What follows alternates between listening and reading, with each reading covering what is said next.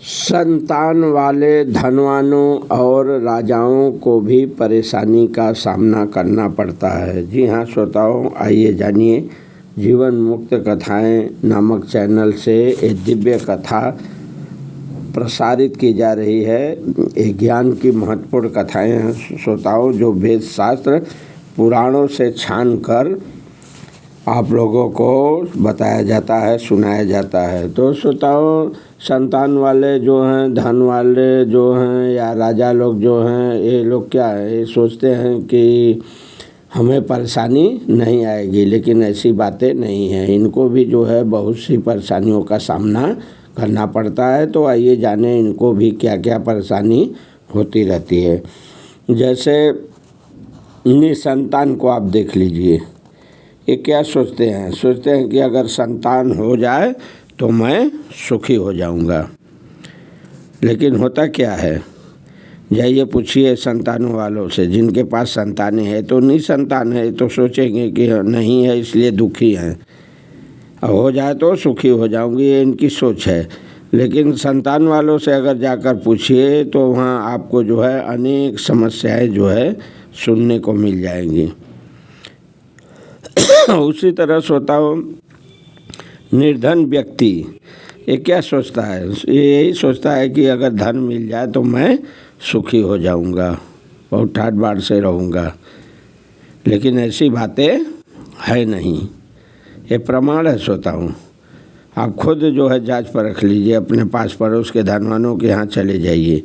जब आप धनवानों के यहाँ जाएंगे, उनका कुशल जानने के लिए प्रश्न करेंगे तो ढेर सारी परेशानियां आपको वे सुनाने लगेंगे।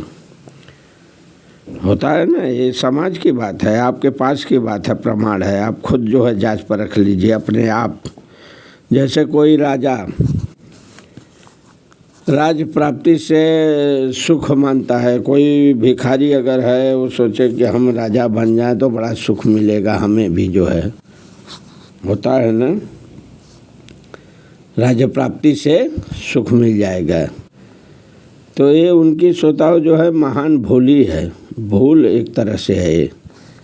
राजा का मतलब क्या हुआ, जैसे इस समय तो रजाई है नहीं, लेकिन जैसे इस समय मंत्री हैं, मुख्यमंत्री हैं, प्रधानमंत्री हैं, राष्ट्रपति हैं, एमपी हैं, एमएलए हैं, है ना, लोग जो है मेयर हैं, सभासद हैं, बहुत से लोग प्रधान हैं, लोग नीचे से ऊपर तक हैं ना। तो इनकी अगर दशा देखेंगे, जाके पूछेंगे तो स्वप्न में भी सुख नहीं मिलता इनको। जैसे 4-5 सदस्य के परिवार का मुखिया अपने परिवार के प्रबंध में कितना परेशान रहता है। 4-5 सदस्य रहेगा लेकिन वो काफ़ी परेशान रहेगा उनकी देख रेख में। राजा का तो क्षेत्र जो है बहुत बड़ा होता है, वो भी तो एक मुखिया होता है क्षेत्र का, तो उसके प्रबंधन में देख रेख में जो है उसे सुख नहीं मिल पाता। हाँ, राजा लोग देखेंगे शराब पीते हैं, जैसे कुछ गम भुलाने के लिए, माया इकट्ठा करने के लिए क्या करते हैं, जनता से वो लोग कर लेते रहते हैं।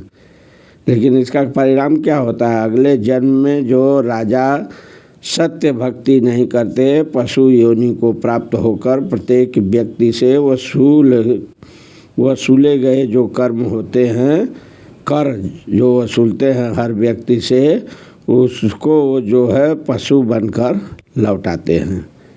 आया समझ में नहीं आया, फिर से समझ लीजिए इस बात को। राजा सत्य भक्ति नहीं करते, जो राजा सत्य भक्ति नहीं करते, राजा का मतलब आपको बता दिए, मंत्री, मुख्यमंत्री, प्रधानमंत्री वगैरह बहुत से लोग सच्ची जो है भक्ति अगर नहीं करते हैं लोग, तो पशु योनि को प्राप्त होंगे अगले जन्म में।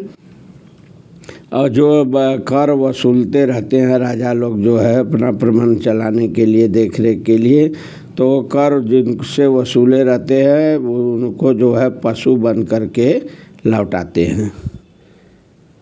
तो इस तरह से श्रोताओं, जो व्यक्ति मनमुखी होकर तथा झूठे गुरुओं से दीक्षित होकर भक्ति तथा धर्म करते रहते हैं, यहाँ ये भी बातें हैं श्रोताओं, बहुत से लोग हैं जो है अपने मनोधर्म इच्छानुसार, कोई वेद शास्त्र का प्रमाण नहीं, या झूठे गुरु ही आजकल तो देख ही रहे हैं, नाम लेने की ज़रूरत नहीं है। तमाम लाइन लगी हुई है, लोग खोले हुए हैं आश्रम मठ।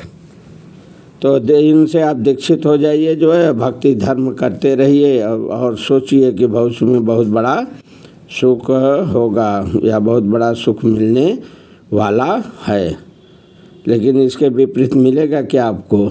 ऐसी कोई बात नहीं है, सुख मिलने वाला नहीं है, इसके विपरीत दुख ही प्राप्त होगा।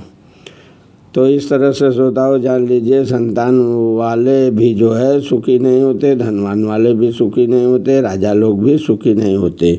तो इस तरह निसंतान लोग ये न सोचे कि संतान हो जाएगी तो सुखी हो जाऊंगा, और निर्धन लोग भी ये न सोचे कि मुझे धन प्राप्त हो जाएगा तो मैं बहुत बड़ा सुख से शांति से रहने लग जाऊंगा, और राजा लोग भी ये न सोचे कि मैं राजा हो गया हूँ तो बहुत कोई परेशानी हमें होने वाली नहीं है।